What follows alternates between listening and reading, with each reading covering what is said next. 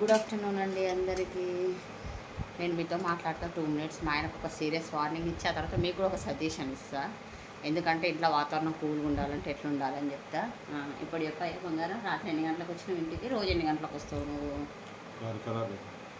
ఏం ఖరాబ్ అయింది? బయలుదేరినా అని చెప్పినావు నాకు 8:30కి. తర్వాత ఎప్పుడు ఖరాబ్ అయింది? హైదరాబాద్ రాగానే కారు ఖరాబ్ అయింది. దాన్ని చేపించుకొని వచ్చేదాకా లేట్ అయింది.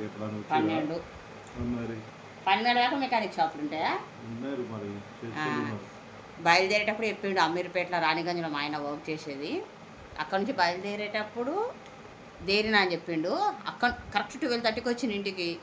ఎందుకు ఇంత లేట్ వచ్చిందంటే నీకు వార్నింగ్ తర్వాత ముందు వాళ్ళకి ఒక సజెషన్ ఇచ్చి నీకు ఇస్తా అమ్మా. కొంచెం వదిలేసినామంటే మగాళ్ళు ఎప్పుడు వచ్చిండు నైట్ 12:30 1 అయింది. కార్ ఖరాబ్ అయిందంట.